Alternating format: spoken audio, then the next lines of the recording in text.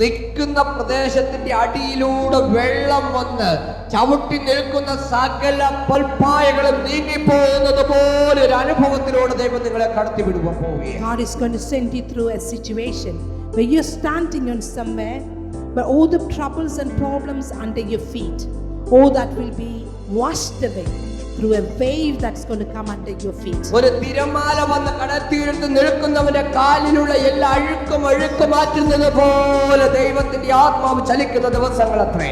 How a wave can come and take out all the sand under your feet. ഇത് നിങ്ങളുടെ വ്യക്തി ജീവിതങ്ങൾക്ക് മേൽ ദൈവത്തിന്റെ ദൂതായി ഏറ്റെടുത്താട്ടെ.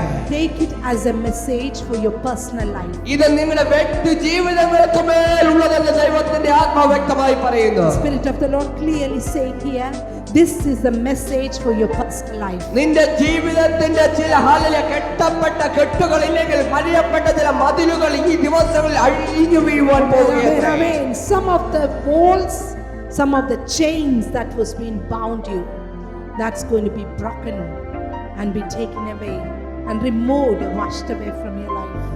Yes, Lord. നിങ്ങൾ ശക്തി പ്രാപിച്ച് പറന്നുയരുവാനുള്ള സമയമത്രേ.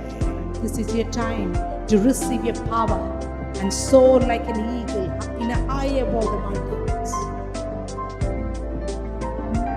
ജയിലരുടെ അടിത്തറ ഇളകി അവർ സ്വാതന്ത്ര്യമായതുപോലെ.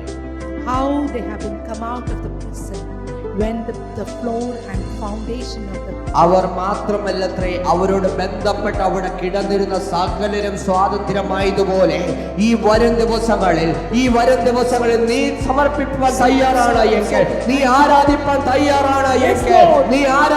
തയ്യാറാണ് എങ്കിൽ, നീ മുട്ടുമടക്കുവാൻ തയ്യാറാണ് എങ്കിൽ, നിന്റെ സാഹചര്യത്തിന് വിപരീതമായി നിന്നുകൊണ്ട് നീ അവന്റെ മുന്നിൽ വാചിക്കാൻ തയ്യാറാണ് എങ്കിൽ, കൽപ്പിക്കാൻ തയ്യാറാണ് എങ്കിൽ, നീയുമായി ബന്ധപ്പെട്ട് നിൽക്കുന്ന ചില ചങ്ങലകൾ അഴിയപ്പെടുക തന്നെ ചെയ്യുമത്രേ.